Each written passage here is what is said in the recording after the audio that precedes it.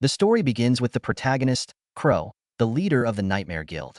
One girl explains that he saved her, while another reveals that their master is incredibly virtuous.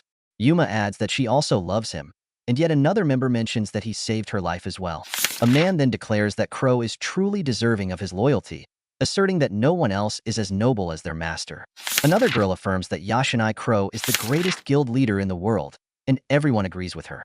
Crow, overwhelmed, asks them to stop, as he can no longer endure their praise. At the guild, Crow sits at his desk, reading the news. The report is about the Nightmare Guild, and as he turns the page, it focuses on the guild's immense popularity and its members' undeniable allure. Crow grows frustrated as he reads the public's comments. Sign, Fell, who is making coffee, asks if something is troubling him. Crow admits Fell is right. She advises him to confide in her, assuring him that she would do anything for his sake. Her name is Fell Souls, ranked 4th in the Nightmare Guild. Hypothetically, Crow inquires her what she would do if he announced that he was leaving the guild. Startled by his words, she questions if that means he really intends to leave them. Crow confirms it. In response, Fell declares that if he were to do such a thing, she would die, dramatically placing a knife against her neck. Crow is stunned, urging her to stop and reminding her that Fell should cherish her life. Crow pleads with her to put the knife down. She complies but reveals that she cannot, as her life belongs to him. She had given it to him, and if Crow no longer desires it, then it is only natural for Fell to die. This revelation shocks him. Crow had never intended to hold anyone's life in his hands. At that moment, Yuma tugs at his clothes and calls him Nini. He notices Yuma and inquires what is wrong. With a teary expression, she asks if Crow is truly leaving the world. Her name is Yumaluma Fagla, ranked 1st in the guild. Crow assures her it was merely hypothetical, but Yuma insists that even if it were only a possibility, she does not want him to leave. Clinging tightly to Crow, Luma begins to cry, repeatedly murmuring, "Don't wanna," while shaking her head. Her ponytails whip against him, and Crow tells her it hurts. Apologizing, he admits it was his fault and promises never to joke about such things again. Yuma questions if he is truly being honest, and Crow reassures Yuma that he is. Yuma gives him a deathly glare, warning him never to lie or abandon her like her father did. Fell chuckles, commenting that Yuma enjoys being spoiled. Crow, unsure if this is a problem he should simply ignore, pats Yuma's head. She smiles, content. Crow hopes that next time, when he is serious, they will understand he is not joking. Addressing everyone, Crow assures them that they needn't worry about the earlier conversation. It was only a joke.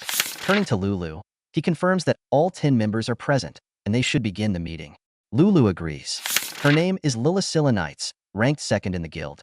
Lulu informs everyone that today's meeting is about a dungeon quest. Lofia, ranked 3rd, sighs and questions if it concerns the rumored goblin nest. Almeria, ranked 7th, flusteredly exclaims that goblins are smelly, disgusting creatures and enemies of women. Garga, ranked 8th, irritated, remarks that goblins are mere weaklings and that dealing with them is beneath him. Lulu explains that they have information suggesting the goblins have amassed rare items. Hearing this, Crow raises his hand and volunteers to go. Lulu thanks him and inquires who else will accompany him. Everyone immediately raises their hands. Lulu sighs, while Crow, confused, wonders why they are so concerned. He could easily handle the goblins alone. As Crow ponders this, Horace, ranked 8th alongside Garga, kneels before him and declares that his loyalty to Crow will undoubtedly bolster his master's strength. Crow replies that he can manage on his own, but Garga steps in, accusing Horace of being unfair. Garga claims that he, not Horace, should be the one to accompany Crow, as he is more deserving. Horace retorts, calling Garga a fool, and insists that he is far more worthy, promising to explain why. Crow hesitantly interjects, asking if they will even consult him on the matter. Horace confidently states that it is obvious the master wants him, while Garga asserts that he is the one Crow truly desires to join him. The two begin bickering. Crow, exasperated, takes a sip of coffee, only to see that they have caught on fire in their argument. Shocked, he spits out his drink. Both fall to the ground, still arguing. Alicia Craze, ranked 6th in the guild, intervenes, stating that the two are being too noisy and deserve punishment. Crow thanks Alicia for stopping them, regardless of her method. Alicia demands praise, and he pats her head, making her smile. Alicia happily declares that she loves it when he treats her this way, causing the other girls to grow jealous and angry. Crow, hearing Alicia's confession, expresses his happiness, and Alicia responds by proclaiming her determination to become his wife. Crow warns her that becoming his wife will be a difficult path, but she resolutely states that she will accept everything about him, even his sexual desires, while placing a cherry in her mouth. Lulu grows jealous, and Crow tells Alicia that such matters will only happen when the time for marriage arrives. Lofia asks if she cannot fill the position, but Crow assumes Lofia is referring to the quest. Lofia clarifies that it is not about that, and, hugging him, she reveals her desire to become his wife. Lulu, brimming with anger, snaps her pencil. Blushing, Lofia adds that she is fine being his second wife. Crow, clearly worried, responds that he wants no part in adulterous affairs. Lofia assures him it is acceptable since they live in a polygamous society, and Crow, bewildered, questions if that is truly the case. Unable to take any more, Lulu slams her hand on the table and declares that she cannot approve of this. Everyone looks at her in confusion.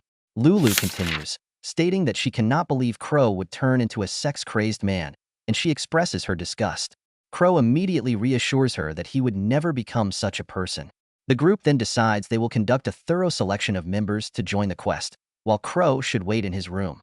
Crow retreats to his room, sitting on the ground with his back against the wall. Crow feels a growing sense of gloom, once again contemplating quitting the guild. Ranked 10th, he is the weakest member, even though he is the leader. Crow reflects on how pathetic he is, thinking about the praise they lavished on him earlier. To Crow, it all feels undeserved. Crow reasons that this is natural, given that he is the weakest, unable to use even the cheat skills the goddess granted him. However, there is another, deeper reason for his desire to leave: his ugliness. He removes his mask, revealing the face he has always kept hidden, a source of deep insecurity. Even Crow's companions have never seen his true face, and, surrounded by handsome and beautiful people, he feels that he does not belong. Lacking both talent and confidence, Crow questions whether he is truly fit to lead the world's greatest guild. Suddenly, there is a knock on his door, startling him. Crow quickly puts his mask back on. Alma, ranked 7th in the guild, asks if she can come in, and he allows her. She cheerfully announces that she was chosen to accompany him on the upcoming quest, referring to it playfully as a date. Crow, relieved that it is only Alma, calms his nerves, but she teases him, asking if his reaction was unkind. Flustered, she accuses him of treating her poorly. Crow, in response, explains that he only acted that way because he thought they were close. Hearing this, Alma brightens, asking if that means she is special to him. Crow confirms that Alma is right, they are friends of the same age. Alma, however, is taken aback by this and becomes gloomy. Crow then notices Lafia, ranked 5th, sitting at the table. He inquires if Alma is the only one accompanying him, and Alma confirms this. Crow calls out to Lafia, who nervously apologizes for her sister's earlier behavior. Crow assures her not to worry, acknowledging that Lafia has always been like that. Crow then asks if Lafia would like to join him in the dungeon quest. Alma, shocked, asks why he is choosing Lafia as well.